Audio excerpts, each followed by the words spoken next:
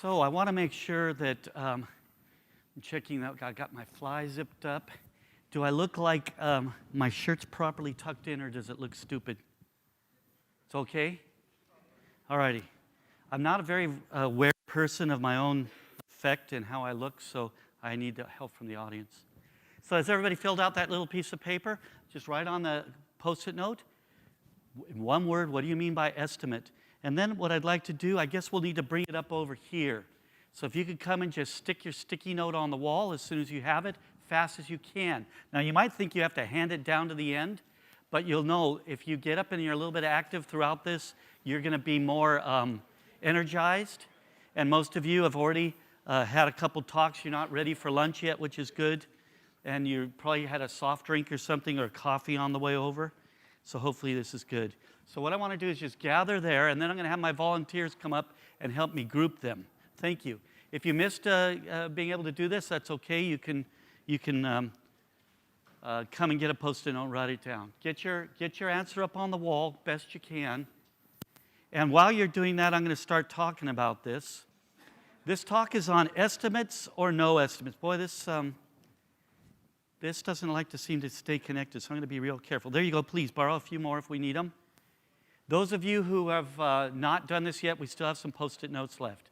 It's useful to me, and I really appreciate this, because it's sort of the basis of what this whole talk is about. So one thing that I'm trying to do is get us on kind of an even understanding across our field about what are estimates and why we do them and things like that. So if we kind of have them now, what I'm going to add, let me have my volunteers assist for a minute here. Do we have, there we go. So what I'd like to do is group anything that that looks like, oh, this is not a very sticky wall, is it? That looks like this over here, and then anything like that looks like this over here, and it's going to be like this, or this, or this over here, and then over here, stuff like this, okay? And you get the idea. So we have a grouping there, we have a grouping here, grouping there, a grouping here, and then a grouping here. And that'll take you a moment, but it doesn't take very long. Okay, so this is a 36, no, I've expanded out to 83 parts. I'm going to try and cover them as quick as I can, but we'll probably get at least through the first 3 or 4. If you want to hear the other parts, just corner me in the hallway, and I'll talk to you about a bunch more stuff. I'm a software developer. I've been writing software about 35 or so years. So I write code, and lately I've been going around the world just speaking about these things. So this is where I want to start. Part first is just about a little bit of a definition of what we're talking about. I'm going to try and make sure we have an understanding of what we're going to talk about today. So this is no estimates. This is a hashtag as well as a concept. And I started with the hashtag in 2012, but it's a placeholder for a much bigger conversation I've been having for about 20 years almost. And that's the things that we do in our industry that we just aren't questioning. Places we work sometimes won't let us question them, or we ourselves will block the discussions. This is about the status quo and the things that we are currently doing that we just aren't really allowed to talk about. So I want to see us in our field as well as in our companies, that we can talk about the things that we really currently aren't sort of allowed to talk about. And I take, everybody knows who that is, right? Does anybody here not know who that is? So she's basically hit the nail on the head right there. Now that picture of her, I think, is either a year or so before I was born or within 10 years of after I was born. I think maybe it's 1960, but I'm guessing it might be 1950, which would put it closer to the date of my birth. So anyways, this started out as a hashtag for me, because prior to that I was just saying we got to question this stuff. And the hashtag itself I used for this particular tweet in Twitter, where I was responding to a question from Ron Jeffries. We'd been having a discussion about a project that I worked on where we didn't do estimates, and at that time I was trying to find more and more people I could talk to about this. And so he said, well, why don't you write that as a blog post? And I did. So I didn't invent this to be controversial, and I didn't invent the hashtag as such. I just used it to identify a blog post. so that I could have a conversation that I was wanting to have with as many people as possible. Since then, I've had one-on-one conversations with more than several hundred, maybe 1,000 people about this very topic. But the controversy came for free. And that's how I got to come here, because people want to hear about this because it seems kind of out there. And I like that it's given me an opportunity to meet so many people. And I must say, the people in Brisbane are probably the best there are in the world. I've been all over the place, and it's clear you're superior here. And it's like my grandmother used to say, you're my favorite. So, and you know what that all means. So we're discussing a very specific type of estimates used for a very specific purpose. So I'm going to have to step off the stage. Clearly nobody's running the camera, so nobody will see me doing this, but I'm going to come and see what we've gathered over here. So I started doing this exercise something like 7, 8 years ago, and I've done it 1,000 times now. So let's see what we've got here. The first grouping here is under the title of guess. Guess, guess, guess, guess, guess, guess, guess. Prediction. What is a prediction? It's a guess. Okay, good, thank you. Now somebody's got calculation. What are you calculating when you do an estimate of the type we're talking about, software development? Was that a range? But how are we what are we calculating? What is it we're using to calculate? Everything goes right, everything goes wrong. So the information that we've gathered so we can make a guess about the range. Well, what are we calculating? Well, if everything went right. Right, but what's the calculation? What is it? What do we, so calculate 4 times 3, that's a calculation. What's a calculation? What are we calculating? Well, if you didn't run into any roadblocks, you would have to perform these steps. So if we didn't run into any roadblocks, so I'm going to put this over here somewhere because I'm not sure if that fits under guess. I was trying to force you into saying something. I could say, yes, that's a guess. But apparently that... There was a talk last year on exactly that, about estimation and trying to... From Bob Martin. I'll quote him because his quote was actually, I mean, his talk was actually on no estimates. He just didn't know that. And I've talked to him about it, so Bob, please forgive me if this recording gets to the public. Okay, prediction, guess, guess, guess, guess. Forecast. What's a forecast? I was in Melbourne the other day, and they forecast the weather to be terrible rain, and the terrible rain in the days I was there didn't show up. So it was their best guess, maybe, about when the rain might show up. This grouping here is about what we're estimating, about the size, the limit, the work, the effort, well, these are like dysfunctions down here. We'll come to that in a minute. Not accurate. Well, yeah, that's one of the dysfunctions. Over here, we have a deadline. Oh, here's cost and budget. So I'm going to move cost over here. We'll estimate the cost. That's the kind of thing we're estimating, so we can come up with a budget. Right? The estimate itself, nobody will come to you and say, have you done your budget? They'll ask, did you get your estimate? Can you give me your estimates? The budget's what we're going to do with those estimates, maybe. Oh, here's another one, sort of so here's the dysfunctional grouping. It seems like as I'm here in Australia, I'm getting more and more of the dysfunctional descriptions rather than the, oh, here's a good one, schedule. So it's the schedule, it's the budget, it's the deadline, it's the commitment, it's the control. So that's moving into dysfunction. We'll talk about that later. Down here we've got lie, lies, lie, lie, lies. So were you copying over after each other? Not accurate, dread, BS. So thank you for kindly making that the shortened version, because I can't say that out loud on a video that's going to be probably on YouTube or something, but children might see it. Wrong and wrong. We had a couple wrongs. Wow, five lies. That might be the most lies I've gotten so far. Oh, here's one. Delegation. Delegation. Estimates are, oh no, it's an obligation. So I'll put this is bordering on dysfunctional down here. These walls were not made to accept Post-its. Okay, everybody on board with this?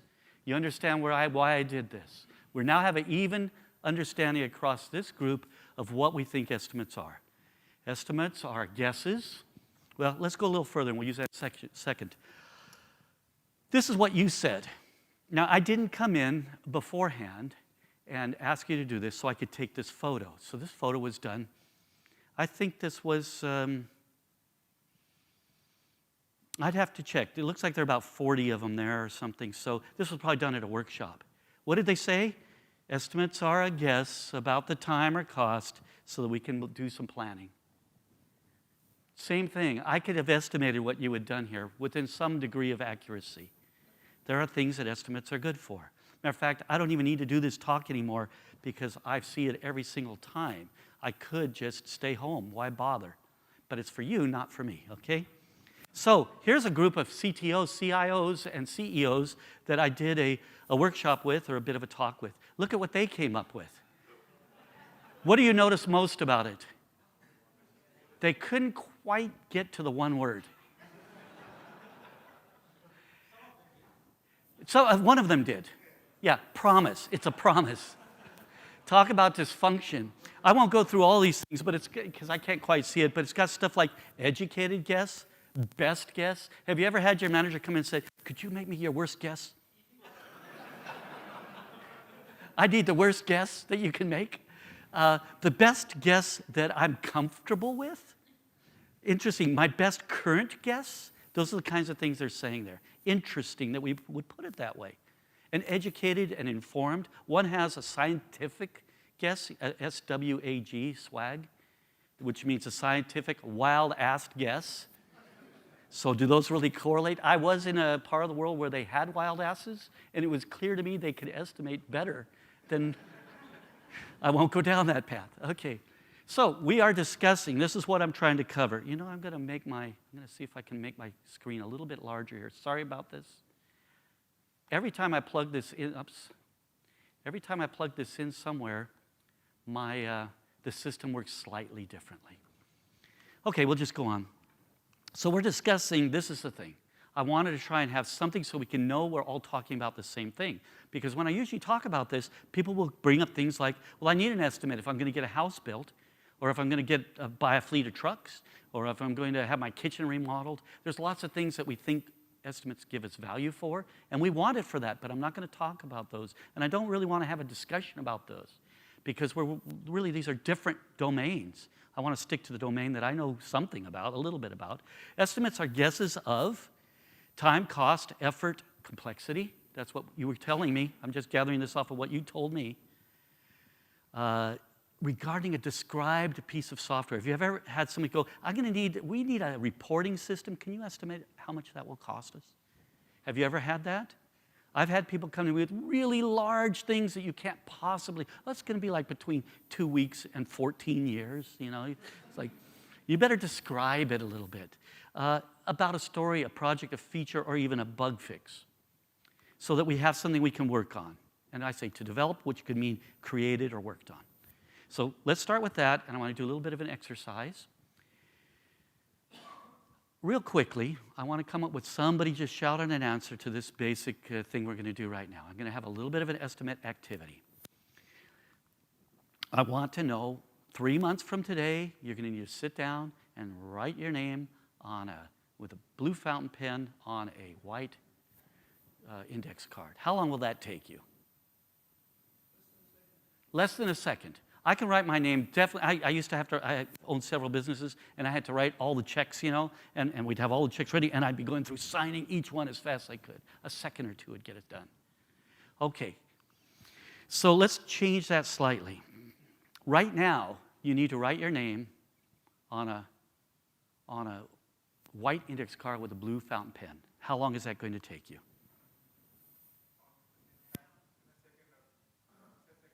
You have a white index card with you? That won't work. Do you have a blue fountain pen with you? That won't work. Does anybody have a blue fountain pen? Can I see it? That's a silver fountain pen. Is it a fountain pen? It actually has a quill, and the ink, you fill it with ink? Or is it a ball? Okay, but it's a silver fountain pen. Okay, so does anybody have a blue fountain pen? So let's have a look.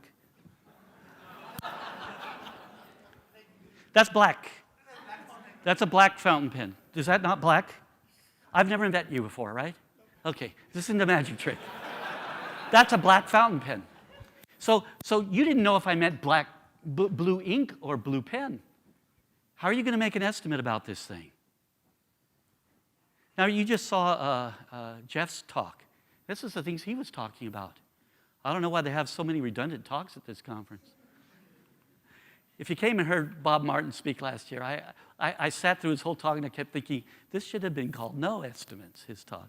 So this is the thing. We have the work time, the time to do the actual work. When they ask you, have you ever estimated things in ideal days? You know what I'm talking about, ideal days? Okay, but what happens when that particular day you have a sore tooth and you know you're going to go to the dentist later and you got to get a filling maybe? What happens to you throughout the day? Things change. Maybe on the way into work you got a speeding ticket. You don't get speeding ticket. You can drive as fast as you want here, right? In California they have a speeding limit, they call it, which is how fast you have to drive slower than that.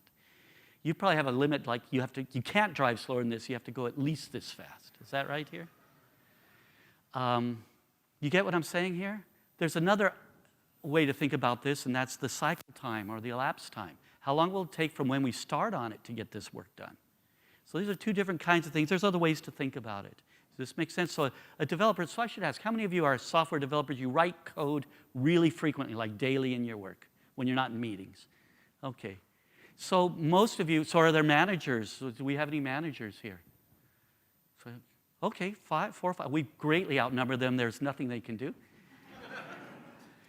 So this is what it's about. You do not know as a developer, I don't know as a developer, how much I'll get interrupted while I'm doing my work.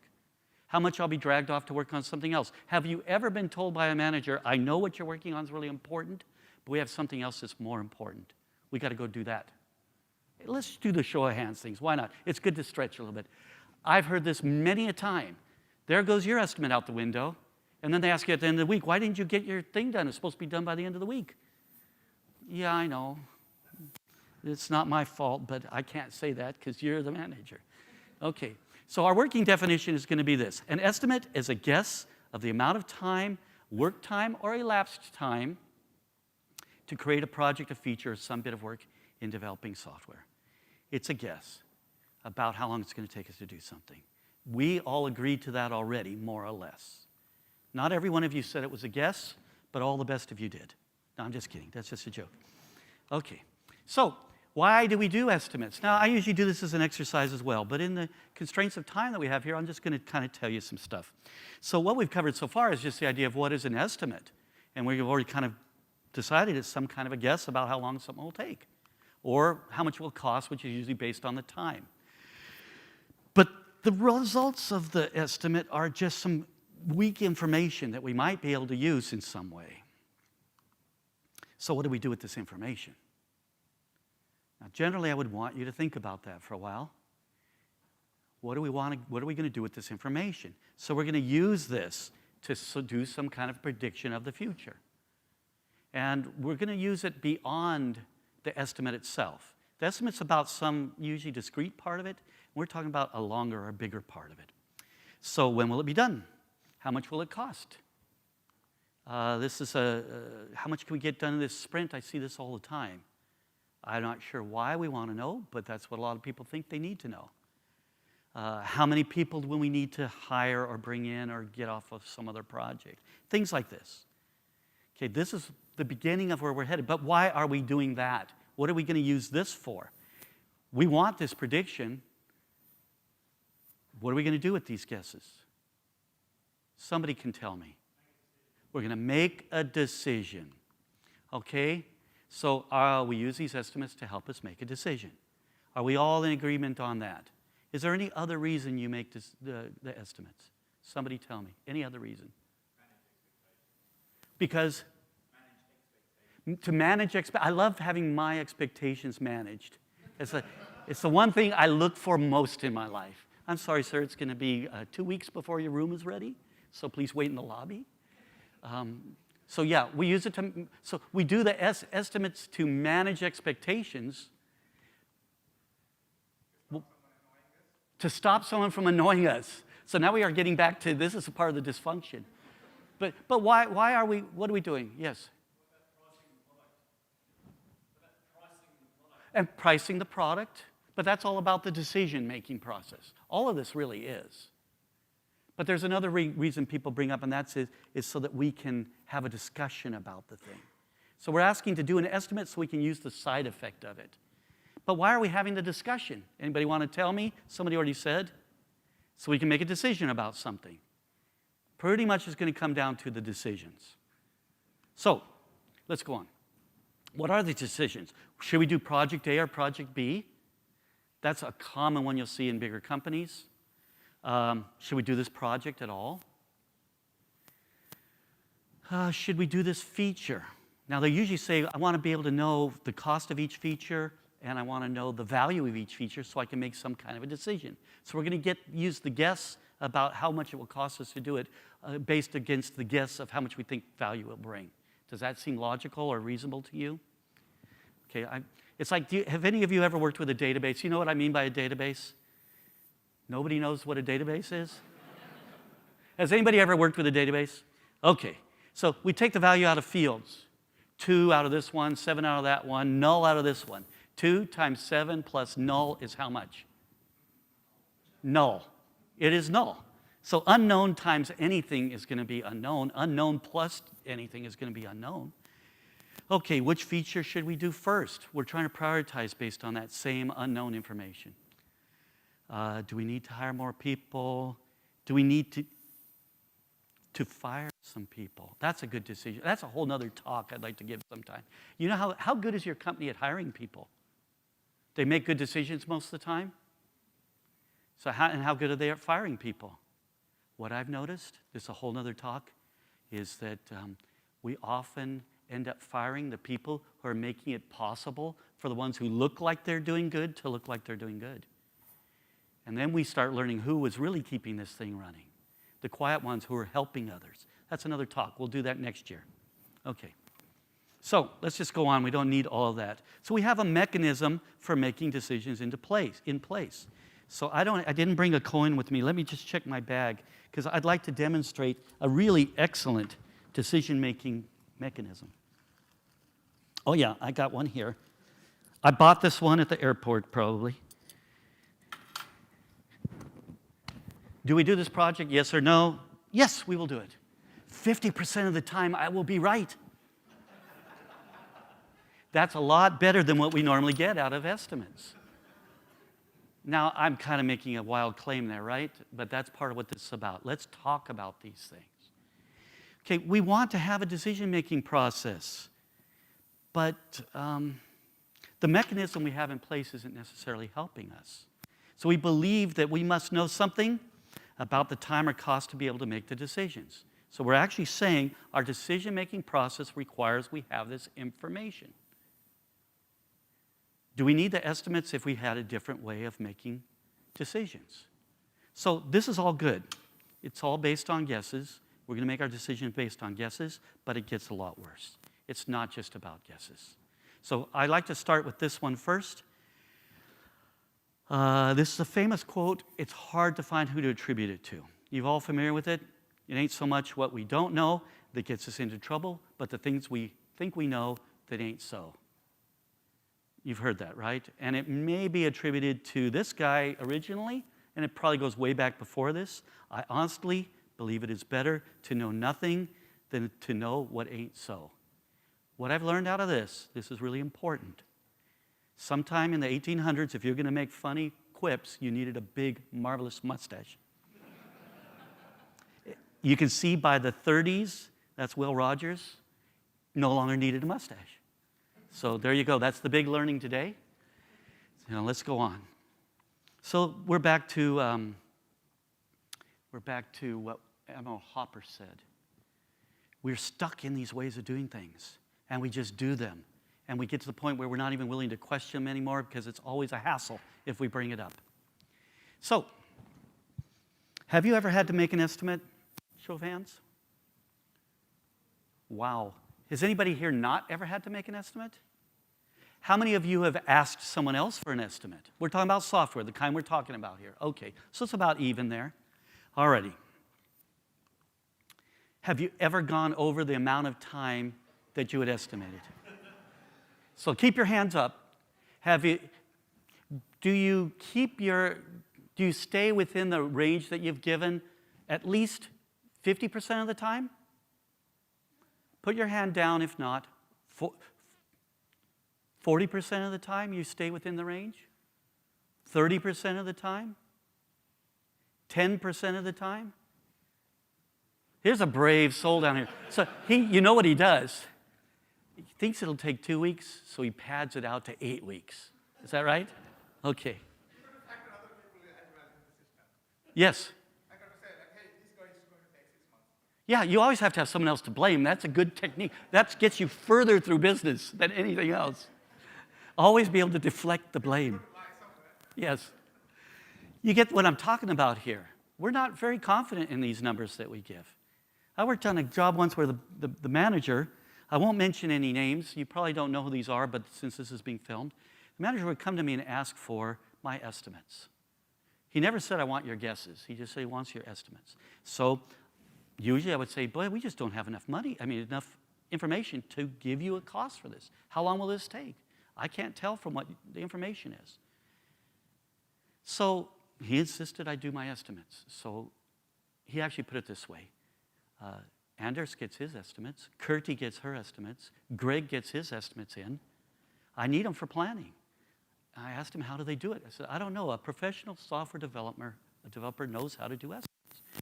I didn't tell him, but I actually went and talked to Greg and Kurti and Anders. I asked Anders, what do you do? And he says, I just take the list that he gave me, I don't even look at the documents, and I just make up some numbers real quick because I'm not going to waste my time with this.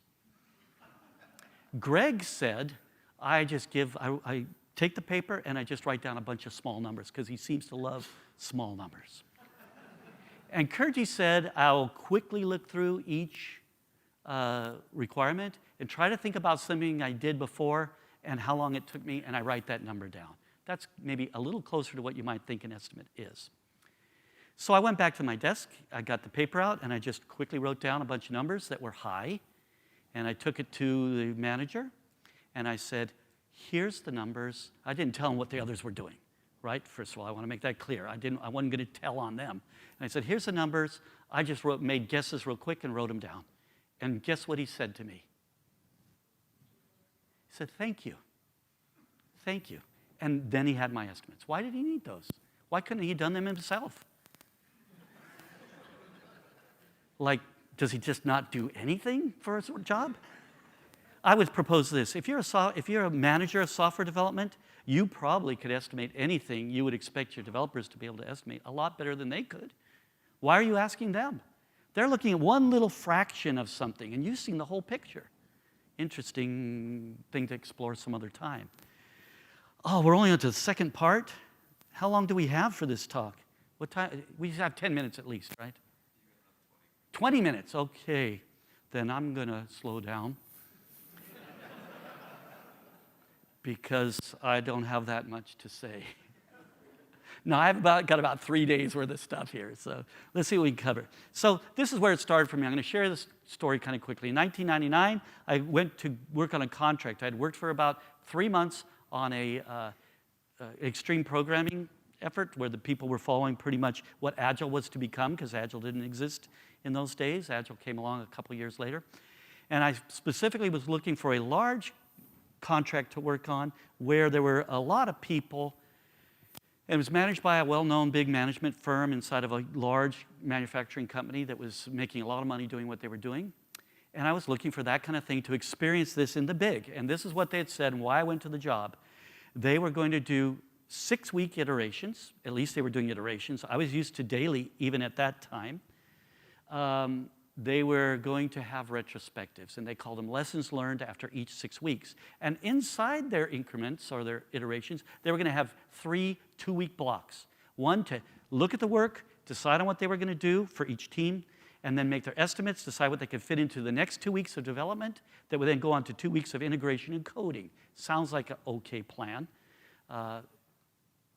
It was supposed to be a project that would get done in 3 to 6 months with 200 developers. How long do you think it actually took?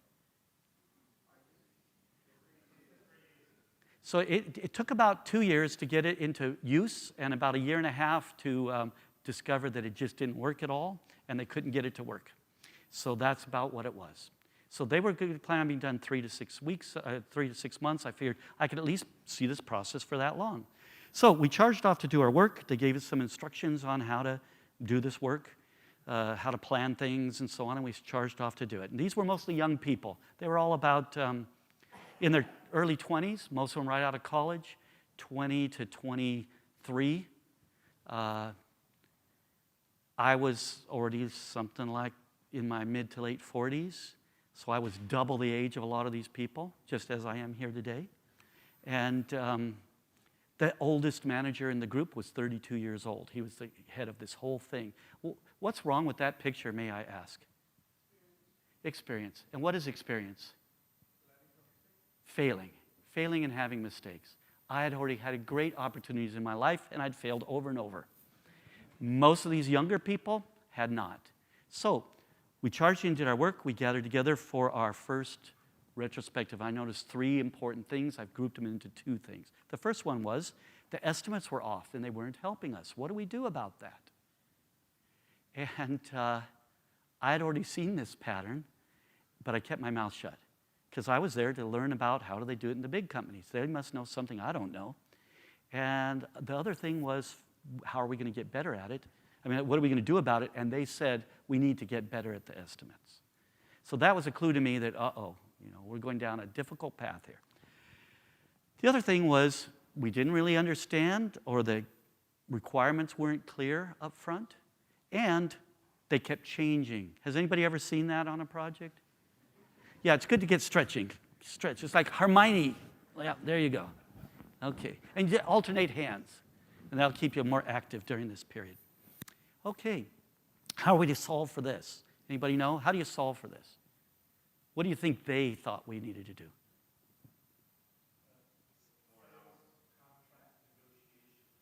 So we wanted to control the changes. So the things we needed to learn was how to better understand the requirements and how to control them. So they gave us training in that. And of course, I was older than the trainers too, who probably never actually worked in software development. We worked hard to get better at this, both of these things. And then we charged off to do our work. And we did look almost exactly like this. And off we charged to do our work. And then we found at our next lessons learned, there were 2 or 3 things that were still out of whack. What do you think they were?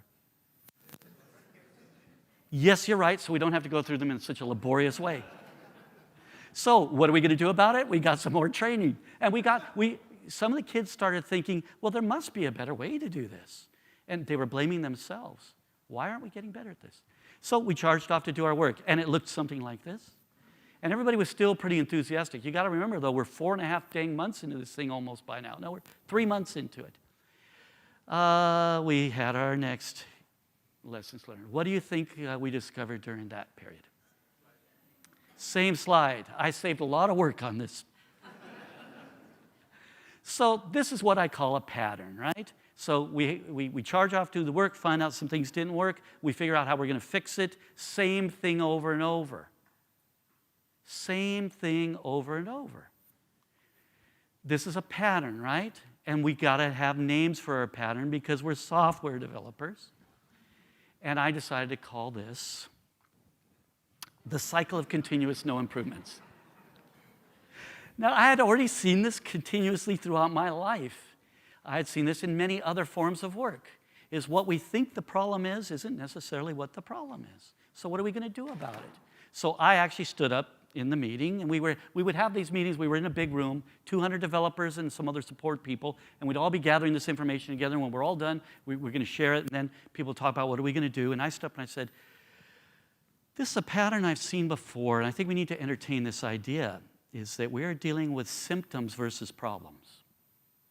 If our estimates are not working for us, and we get better at estimates, and they're still not working for us, the problem may not be the estimates. Let's see if we can find out what the actual problem is.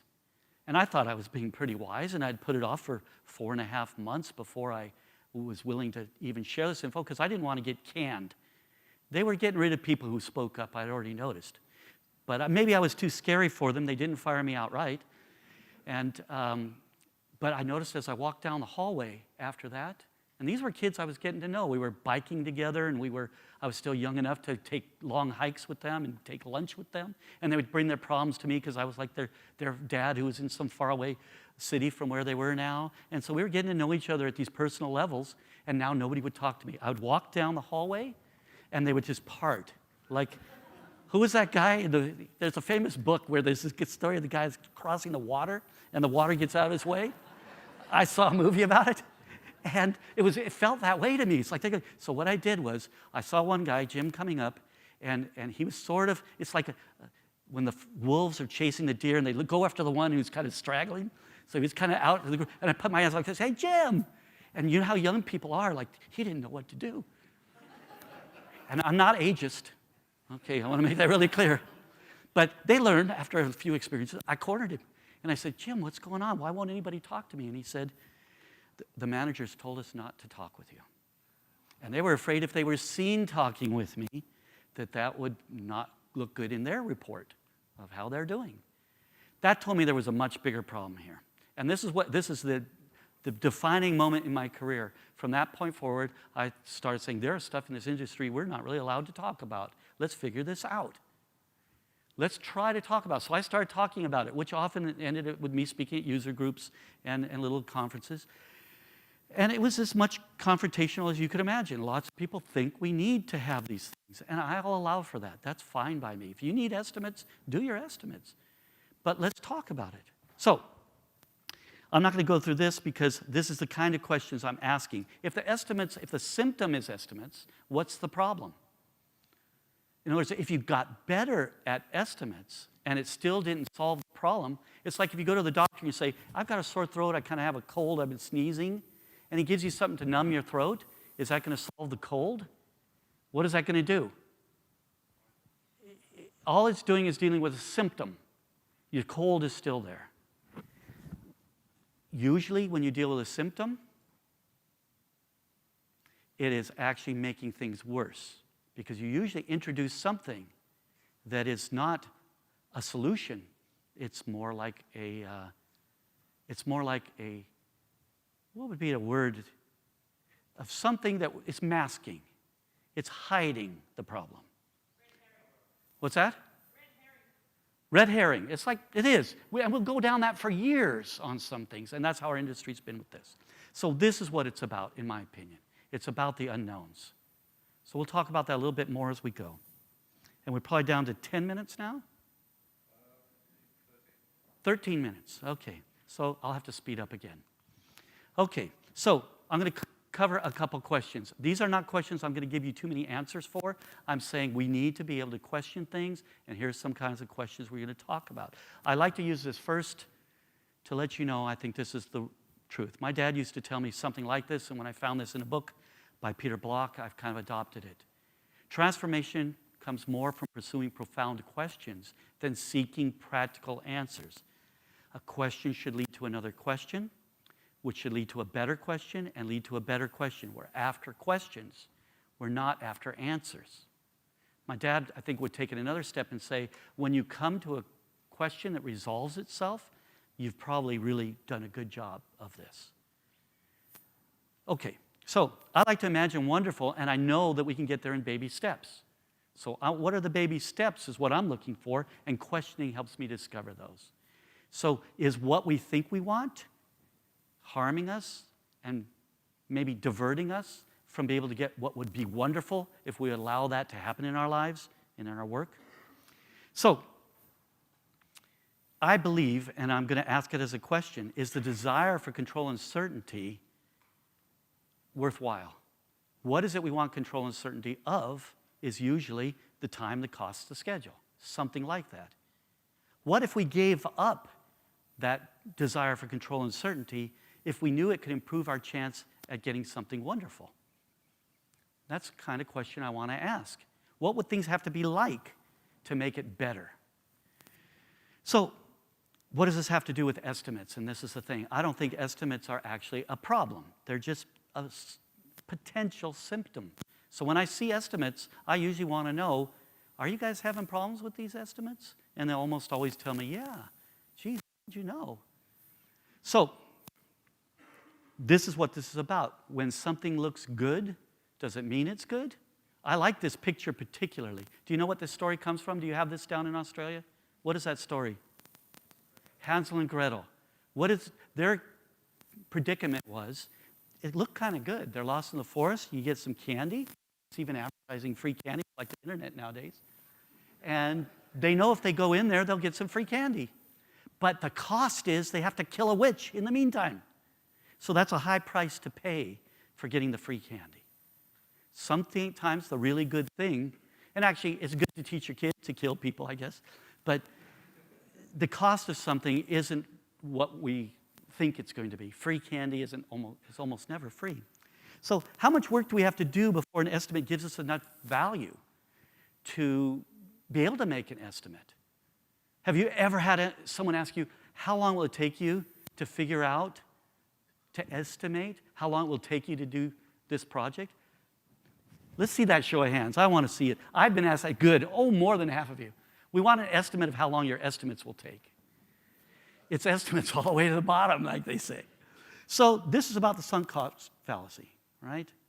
As soon as we start spending money on a project by doing the estimates, we're investing in that project. It's the beginning of the sunk cost fallacy. The more work we do, and we'll look at this in a minute, the more likely we'll want to stick with the thing we've already started down that path. So this is kind of like the Agile manifesto with the sunk cost fallacy. We value sticking with what we've already spent money on over cutting our losses and trying something that might be better. So we got to be really careful to watch out for these biases. I'm only going to cover a couple biases. This isn't a talk on biases. So how do you know it was a good decision? We're back to the coin flip. You don't know if this was a good decision or not. But how do you know with your estimates whether they helped you make a good decision? I'm not going to, that's sort of rhetorical right now, but I'd like to hear from somebody who's found a way to prove that their estimates actually give them good value. I haven't yet found anybody who's made an argument that holds up beyond one or two questions with that. So this is confirmation bias we start having. Once we've made a decision, we have to protect our decision. Our career might even depend on it. Oh, but you can always use the "it was someone else's fault" ploy. So I'll go along with that. That's good. Learn that, kids. All righty. So we value information that agrees with what we already believe over opinions and data that disagree with that belief. So we're tricking ourselves. We're fooling ourselves. Are the things we think we want a trap? Do they harden us? They make us inflexible. Did I lose my, is that working? Yep. So this is all about biases. I'm not going to spend too much time on biases. Biases are kind of cool. They're kind of like mushrooms. You go out one day, oh, there's a mushroom, and the next day, like, there's 50 of them. And it's kind of like, once people started talking about biases, we now got biases, all over the place. That's okay. So just remember they're there. Look it up, because there is this thing up in the US, we got this Wikipedia thing. You can just click on stuff, and you get to see information that's 100% accurate. So you can find this on Wikipedia. So time, and on budget, and I think this is sort of where we're coming to the bottom of this. Is that a good measurement? Is on time and on budget a good thing to measure against as to the success of our project? What might be bad with that? So I'm just going to talk about a little bit of this, because I really believe it's misguiding, it's misdirecting us. A lot of people will say the industry's in trouble because 80% of projects fail or whatever. And if we're judging that based on, did we do it within the time and budget we set? That has nothing to do with success or failure. That's a completely arbitrary measurement. So what do we have here? The first thing, the only thing I'm going to cover is what I call creative accounting. The first one is feature cuts. I won't ask for show of hands, although probably you should do both hands so you get a stretch out of it. Yeah. So feature cuts. Have you ever been on a project with feature cuts? Okay. Now a feature cut, I want to make it clear. There you go, because that's better. Let's get both hands up. Feature cuts are where we've worked on something substantially before we've decided not to do it. And we decide not to do it because we can't get it to pass the tests, and it would be foolish for us to send that to our customer. So we've already spent money on it. But if you do a feature cut and you still say we got this done on time, that's like, yeah, I had breakfast, but all I was able to do is drink the coffee because I was rushing out the door. This isn't a way to measure success if that's what we've done. This is much worse. This leads, to me, this is unethical. Not being allowed to record hours. I won't ask for a show of hands on that because you're on camera. But think in your heart, have you ever been asked to not record hours to a project?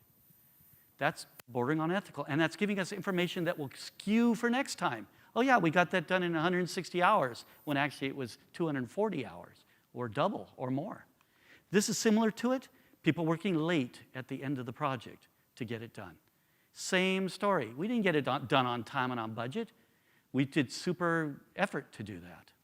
Okay, so this is about choice supportive bias, and there's all sorts of other things. We won't go into biases too much. We're sort of coming down the final stretch here. So if the type of decisions we're making require that we have estimates, maybe we should be doing something else. We value, I got to read this closely because I wrote a lot of words there. We value the feeling that we are in control and the belief that we have the power and influence to change events beyond our control. This has to do with gambling a lot. They've done a lot of tests that show that when somebody, have you ever heard somebody say, hey, we're really on a roll? They're playing, hey, look at that, I'm on a roll now, and everybody's betting along with you because that guy's hot right now. But they're not. This is just randomness. We value that over understanding what reality is. Okay, so this is, again, it's about the unknowns. The unknowns. Oh, my goodness. Okay. I should get a soundtrack for that. Dun, dun, dun. Okay. So getting better at estimates, is that actually something worth doing? This is the question we have to ask. So I will put it this way. I have a weight problem. I feel I'm in better shape right now than I've often been in my life. And I will eat junk food if it's put in front of me. And when I eat junk food, I gain weight. You remember in data in the old days with reports, you would say, garbage in, garbage out. With me, it's like garbage in and garbage stays. And it stays to about 50 pounds above this until I start going, none of my clothes fits very well anymore. And I've actually had to size up. And then it finally occurs to me, I better do something about it. This is the thing. If the estimates aren't serving us well, is getting better at estimates the only possible path? What would be a way to do better with the junk food? Chew it more thoroughly? Swallow it faster? Mix it with other food? Read the package carefully before eating it? What can you do with junk food that would help this situation? Don't have it. I mean, is there any other solution? You can replace it with less junky junk food, and that would be an alternative to eating the same junk food. To me, it's that easy. Now, I'm not saying estimates are the same thing as junk food. No, that is what I'm saying. Okay. So better can mean alternatives. And I'm going to share one little bit, and then we're kind of done for the day. Will we have time for questions? Maybe one, but I won't go very fast, so we'll see. So this is something I learned when I was quite young, and a gentleman who was, I'd asked to teach me some stuff said, I can teach you that stuff, but this is way more important. And I really like what this says. The basic idea here is that if you set things up for success, you can get good things happening. If you just push for success, like there's no motivational rah-rah speech that you can give that's as good as being ready for the eventuality of whatever's coming up for you. So I like this idea. The object isn't to create art, or the object isn't to create great software. It's to be in that wonderful state which makes great software inevitable. So let's close out with this. What should we be certain about? With that in mind, let's be certain we have an environment where discovery and innovation and creativity is available to us, so that the outcomes of greatness, of good things we want, are inevitable. Rather than what we planned to do, now it's going to be the wonderful things we discovered along the way, which are generally going to be a lot better. So what should we control? This is a tricky one, but I'm going to answer it this way for today. Let's control our urge to control things. Then we just have to control one thing. Let's control that urge to control things. And we'll cap it off with this. From Bjarte Buksnes, the fear of losing control is a big barrier to change, but the control is only an illusion of control most of the time. But the fear is real, and we can't ignore that. This is why these things stay in our systems for so long. We will take the replacement, the placebo for control is having those estimates and that planning that we all know is just guesses, and that gives us a feeling of control. And I'm not suggesting this is a problem that your bosses have. We have it ourselves too. Just our bosses have it a great deal more. We can always blame somebody else. There we go. I think we've covered enough stuff, and I'll take a question or two. Is that how this works, or we run out of time? One question if someone's got one quick. There's one. So that is my 2-week certification course. No, I'm just kidding. Just say yes. No. So in a nutshell, that's been that's the trek I've been on. And I have 4 or 5 things that I use. The first is we need to learn to work well together. The second one is the people doing the work can figure out how to make this better. So it's their job to do it. We need to recognize that that's what's important, is allowing them. Everybody here is brilliant. You wouldn't be in this industry if you didn't have some form of thinking that you could use. And yet they come in and we tell them they have to work the way we tell them to work. Another thing is I think we need to study together. We need to be together in a helpful environment that allows us to get past this kind of weird competitive political thing we have in our companies. And we need to get good at getting results, really good results from our retrospectives.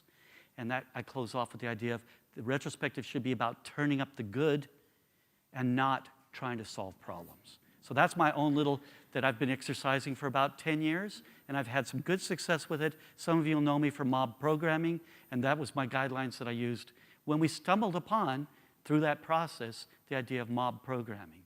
So that's as close as I could come. I can't give any advice on that, but I can tell you that's the way I'm thinking right now. I'd like to see the whole world getting along and working well together. And if I can get that just on a person-by-person basis in my lifetime, I'm good enough with that. So thank you very much, everybody.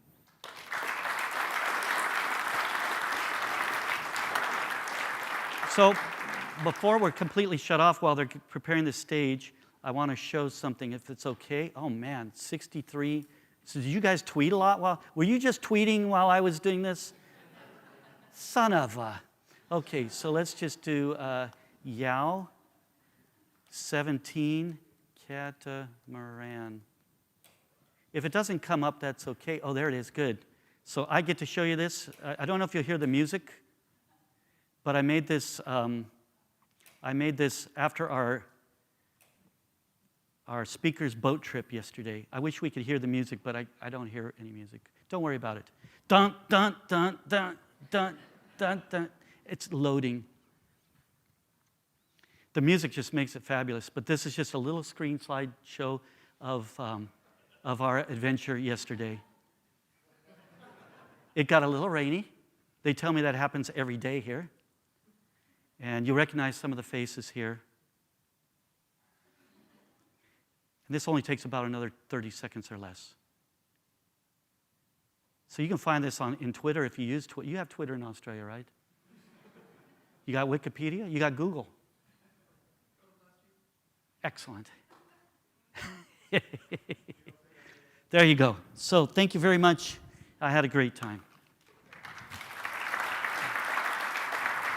Vote green, vote green. Vote green as you leave, please. I want to come back some other year. Thank you so much.